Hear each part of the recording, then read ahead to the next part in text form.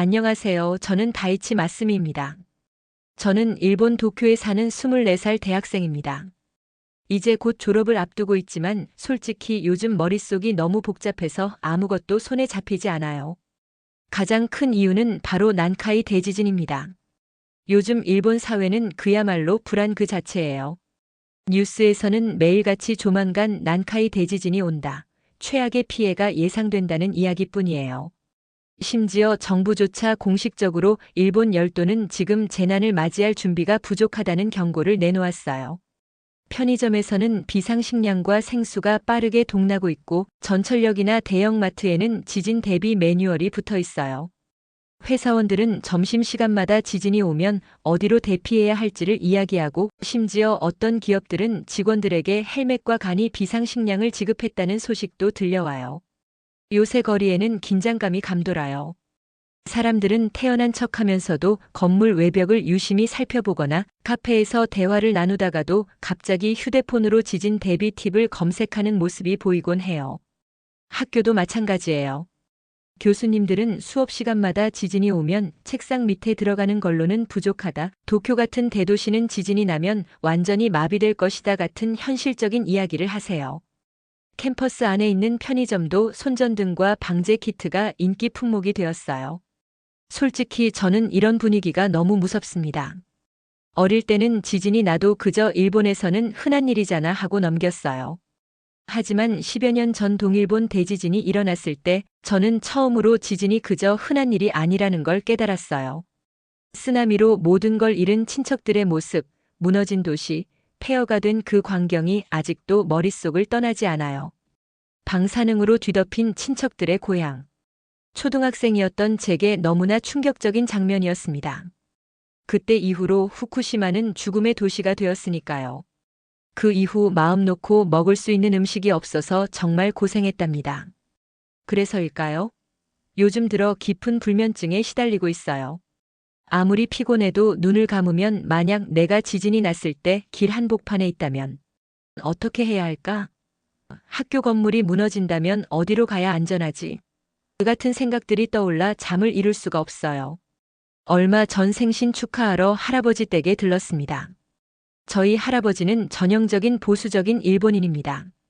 매일 아침 TV를 보면서 한국에 대한 부정적인 뉴스를 접하곤 조선 놈들은 절대 믿을 수 없지라고 자주 말씀하시곤 했어요. 어릴 때는 저도 할아버지의 말을 자연스럽게 받아들였어요. 일본에서는 워낙 한국을 부정적으로 묘사하는 뉴스가 많거든요. 친구들도 비슷한 생각을 가지고 있었고요. 하지만 대학에 진학하고 나서부터는 조금씩 생각이 바뀌기 시작했어요.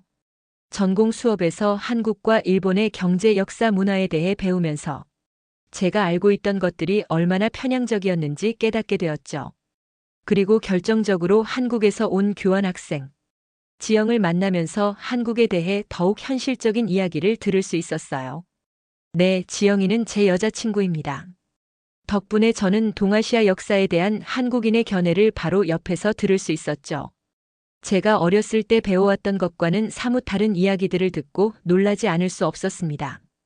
하지만 일본 사회에서의 한국에 대한 부정적인 시각은 여전했습니다. 주변 친구들조차 한국을 적대적으로 바라보는 경우가 많았어요.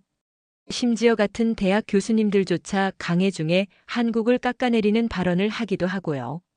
정말 한국은 믿을 수 없는 나라일까? 저는 항상 고민하고 있었습니다. 어릴 때부터 저는 일본이 세계에서 가장 안전한 나라 중 하나라고 배웠어요. 치안이 좋고 시민들이 질서를 잘 지키며 재난이 닥쳐도 침착하게 행동하는 나라라고요. 하지만 정말 그럴까요? 저는 점점 확신이 서지 않아요. 역사 속에서 일본은 수많은 대지진을 겪었어요. 제가 겪은 것도 있었고요. 그리고 그때마다 안전한 일본이라는 믿음이 서서히 무너졌어요. 제게는 결코 잊을 수 없는 날이 있습니다. 바로 2011년 3월 11일입니다. 초등학생인 제게 그날은 평소처럼 평범한 하루였어요. 학교 운동장에서 친구들과 체육 수업 중이었죠. 그런데 갑자기 사이렌이 울리기 시작했습니다. 사이렌이 울리자마자 건물이 흔들리기 시작했어요. 운동장에서 바라본 우리 학교는 말랑한 푸딩처럼 흔들흔들거렸어요. 제가 서 있는 운동장도 마찬가지였죠. 처음에는 익숙한 흔들림이었어요. 일본에서는 작은 지진이 자주 일어나니까요. 하지만 몇 초가 지나자 그 흔들림이 점점 강해졌어요. 뭐지 이거? 창문이 요란하게 떨리면서 여기저기서 비명이 들리기 시작했어요. 책상이 뒤집어지고 바닥이 출렁이는 느낌. 저는 그때 처음으로 이건 진짜 큰 지진이다라고 직감했어요. 아이들은 운동장으로 뛰어나오고 있었어요. 발이 휘청거려 제대로 걷지도 못하면서요. 친구들은 울면서 벽을 붙잡고 가까스로 운동장으로 대피했어요. 그런데 거기서 우리는 믿을 수 없는 광경을 봤어요. 멀리 보이는 도쿄타워가 휘청이고 있었던 거죠. 도쿄타워가 흔들린다고. 여자아이들은 울면서 주저앉았죠. 전신주가 요란한 소리를 내며 휘어지고 자동차들이 도로 위에서 마치 배처럼 흔들렸어요. 하늘에는 검은 새들이 떼를 지어 날아오르고 있었어요. 지진은 무려 6분 동안 지속됐어요. 그 6분이 제 인생에서 가장 길게 느껴진 시간이었답니다. 하지만 진짜 공포는 지진이 아니었습니다. 진앙지는 도쿄가 아니었어요. 일본 동북부 미야기현 센다이 앞바다, 규모 9.0. 일본 역사상 가장 강력한 지진이었습니다. 지진이 끝났어. 이제 괜찮아. 도쿄의 지진은 멎은 듯 했습니다. 우리는 서둘러 집으로 돌아갔습니다. 하지만 그게 끝이 아니었죠. 그건 시작일 뿐이었어요.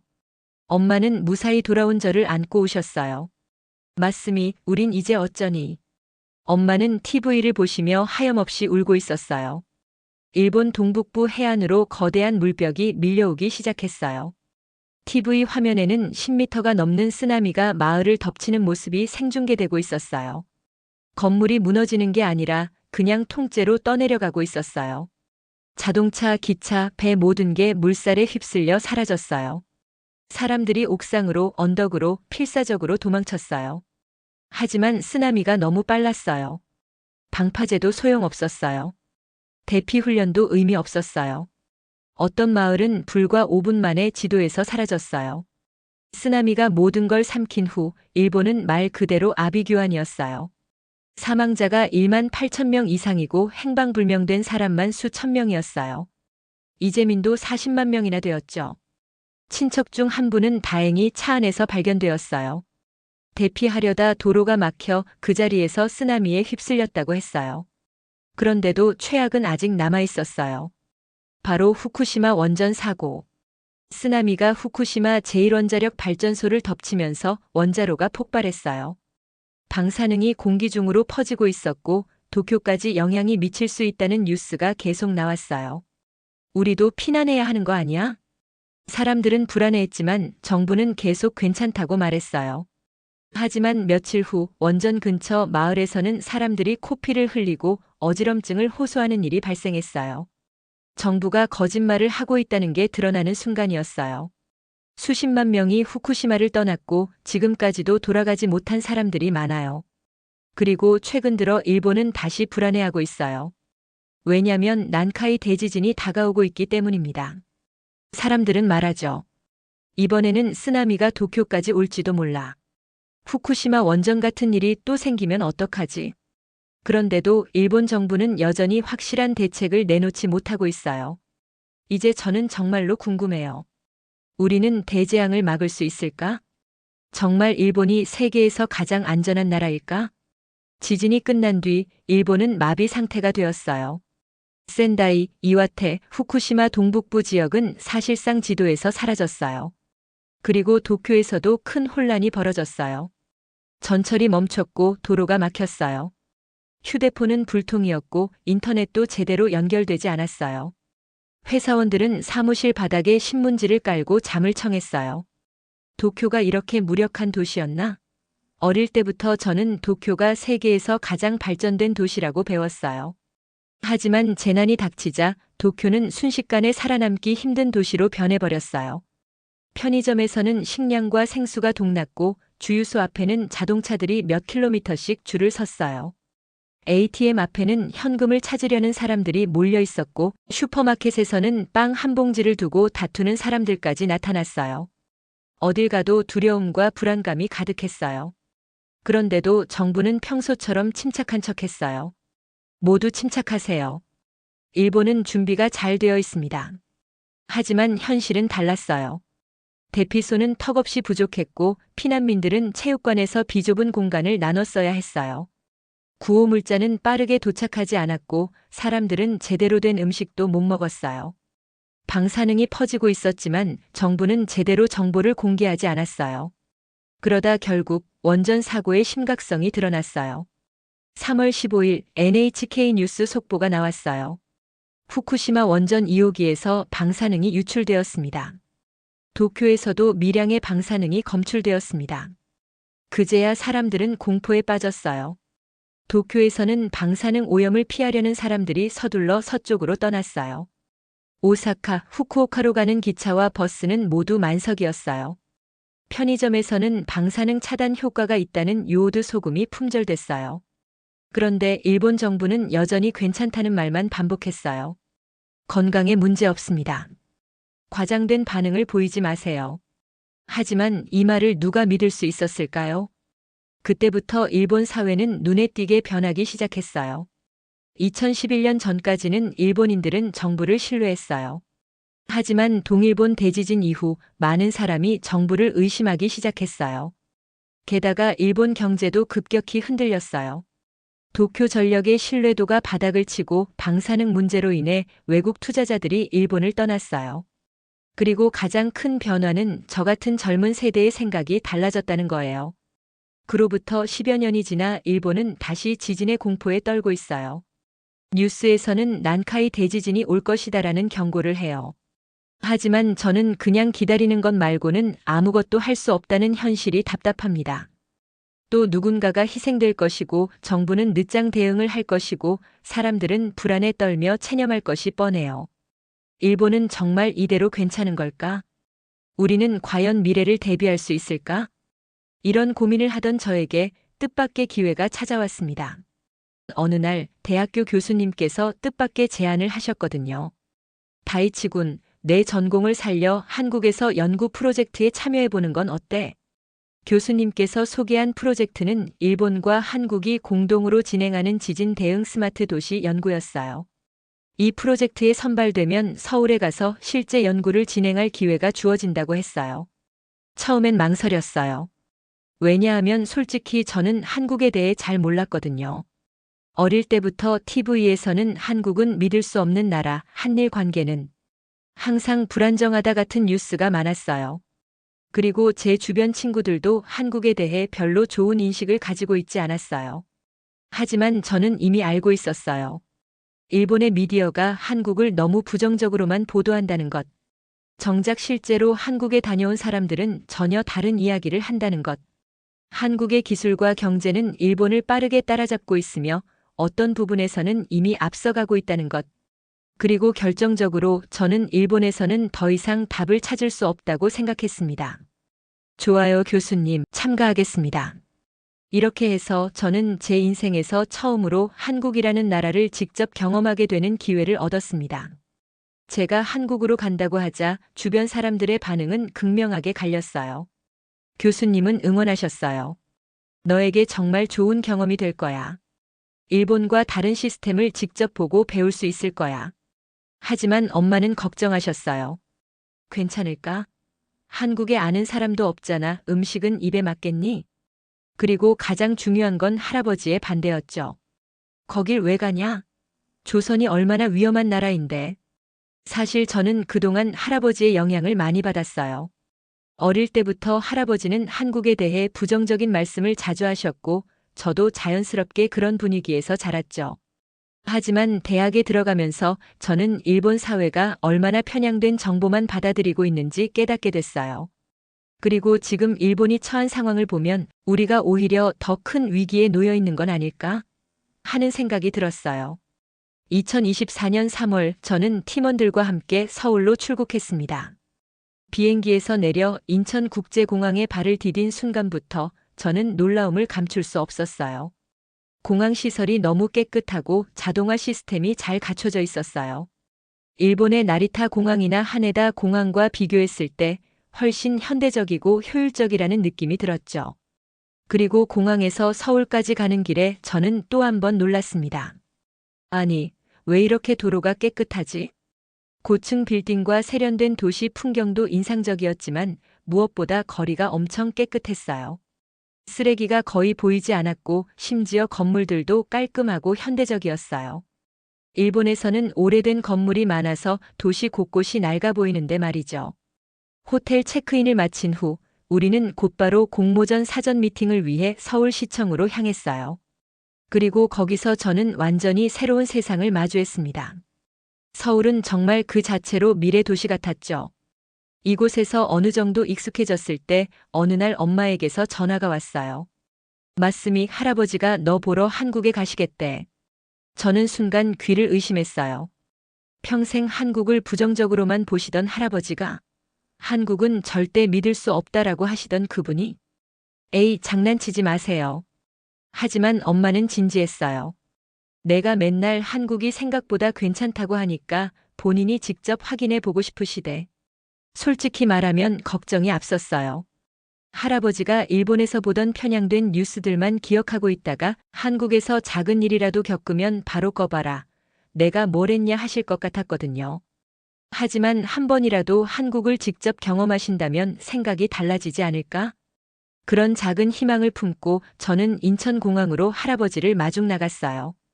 할아버지가 비행기에서 내리시는 순간 저는 긴장했어요. 괜히 작은 것 하나라도 불만을 가지시면 어떡하나 싶었죠. 그런데 할아버지의 첫마디가 예상 밖이었어요. 이게 진짜 한국이냐? 네. 무슨 말씀이세요? 할아버지는 이미 인천국제공항부터 충격을 받으신 것 같았어요. 지하철을 타고 서울 시내로 가는 동안에도 할아버지는 창밖을 계속 바라보셨어요. 전철 안이 이렇게 조용할 줄은 몰랐는데. 젊은 애들이 자리를 양보하는 모습은 일본에서는 보기 힘든데.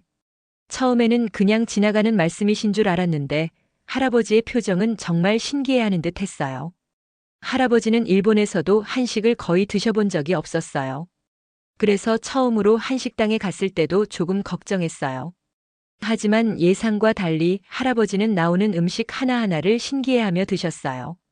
며칠 동안 서울을 둘러보시면서 할아버지는 생각보다 한국이 잘 정돈된 나라라는 걸 직접 경험하셨어요.